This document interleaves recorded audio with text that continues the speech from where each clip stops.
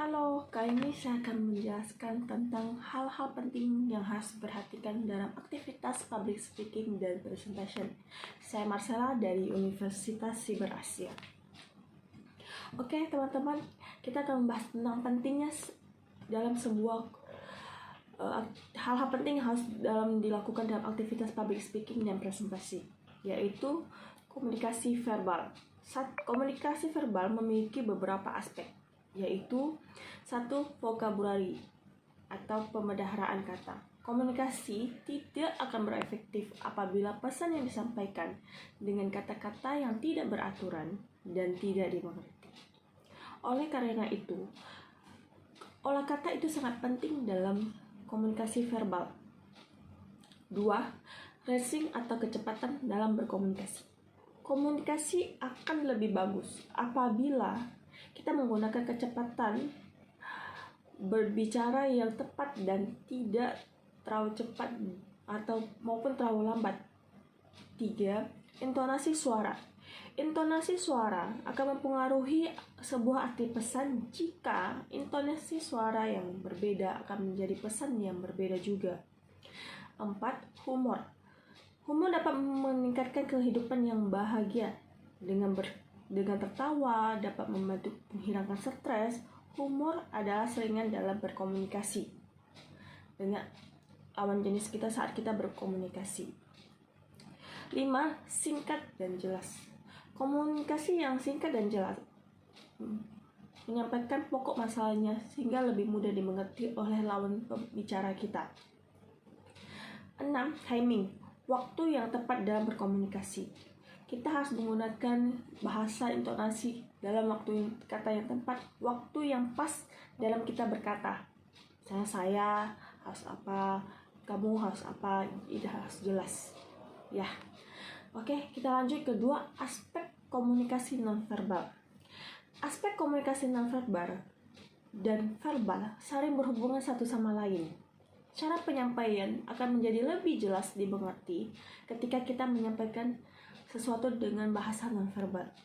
Saat saya berbicara dengan teman-teman saya atau dengan kalian semua, gestur tubuh saya dan mulut saya akan bergerak sesuai dengan apa yang sedang saya katakan. Nonverbal juga terlihat dari peraga tubuh. Oke, misalnya dengan cepat memberikan tanggapan, tersenyum atau memberikan informasi saat lawan jenis kita bertanya soal alamat rumah. Misalnya ada bapak-bapak atau ibu-ibu datang ke kita dan menanyakan alamat kepada kita menunjukkan arah jalannya di mana, belok ke mana, belok ke kanan, belok ke kiri. Itu gestur tubuh kita ikut dengan pembicaraan kita. Oke, paham ya teman-temannya? Oke, kita lanjut aspek ketiga, yaitu aspek artikulasi dan intonasi suara. Aspek ini juga diperhatikan dalam melakukan public speaking. Oke, kita balik lagi ke intonasi. Intonasi merupakan tinggi rendahnya sebuah suara, irama suara, dan alunan nada. Ketika melakukan public speaking di hadapan komunikan atau masyarakat atau orang yang banyak atau personal atau individu, nada biasa sehari-hari kita melakukan percakapan agar komunikan merasa lebih santai. Hati-hati jangan sampai komunikasi kita merasa bosan oleh komunikator yang berbicara secara monoton. Misalnya terlalu kaku, nggak ada senyum, ya fokusnya terus nadanya mungkin lawan jenis kita ngomongnya lembut sama kita tapi kita nadanya kenapa sih gitu. Kita harus sesuaikan. Ya kita kalau berbicara ya sesuai dengan lawan jenis kita. Orang tua ya kita lebih lembut lagi, lebih sopan. Sama lawan kita ya sama orang teman kita yang seumuran kita ya kita lebih santai, lebih enjoy gitu. Oke. Kedua yaitu volume. Komunikator harus memperhatikan di mana dia melakukannya sebuah public speaking. Jika dilakukan di tempat terbuka harus menaikkan suara. Misalnya kita lagi di lapangan luas, lagi olahraga atau apa, kita berbicara kalau misalnya lembut, suara pelan, itu nggak akan kedengaran oleh lawan pembicara kita. Jadi kita harus menaikkan intonasi suara kita untuk memanggil atau berbicara dengan lawan jenis kita. Oke, teman-teman paham ya? Atau udah dalam ruangan, misalnya kalau dalam ruangan ya kita pelankan, misalnya dalam satu meja lagi berdua, misalnya teman-teman dengan atasan teman-teman ya, suaranya dipelanin, dikecilin, supaya jelas, tidak merasa dibentak atau merasa kok suaranya keras sih, nggak sopan nih sama aku gitu ya. Oke, kita lanjut. Nah, speed dan pause. Komunikasi harus memiliki kemampuan untuk mengontrol cepat lambatnya komunikasi. Apabila komunikator berbicara terlalu cepat, maka komunikan akan sulit informasi dari komentator.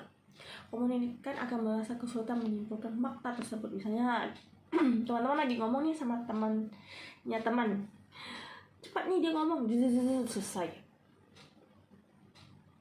Teman Anda tidak akan mengerti apa yang Anda sampaikan.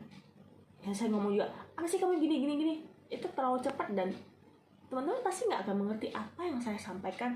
Saya memberikan arahan, saya memberikan pesan, saya menasihat, memberi saran dan lain-lain sebagainya, tidak akan tersampaikan karena suara nada saya semua speed jadi satu, cepat, nggak akan jelas. Teman-teman akan sulit, dia bilang apa ya, kamu bilang apa ya, saya tidak mengerti loh ya. Oke, kita lanjut. Aspek keempat, aspek mengenal audiens. Nah, teman-teman harus mengenal lawan jenis pembicara kita ya, itu sangat membantu untuk menyampaikan materi yang efektif sesuai dengan kebutuhan mereka. Selain itu, kamu juga dapat menemukan media atau pendekatan sesuai dengan karakter audiens. Lalu apa saja harus dianalisa dari audiens? Oke. 1. Aspek demografis.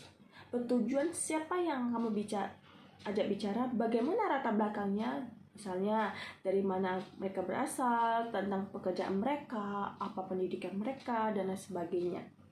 Oke. 2. Aspek psikologi. Mengetahui aspek psikologinya audiens untuk mengetahui apa yang dipahami dan diyakini audiens sebelum mendengar materi kita. 3. Aspek kontekstual. Oke. Bertujuan untuk mengetahui bagaimana situasi yang akan dihadapi berkaitan dengan ruangan, tujuan acara, durasi presentasi, dan lain sebagainya.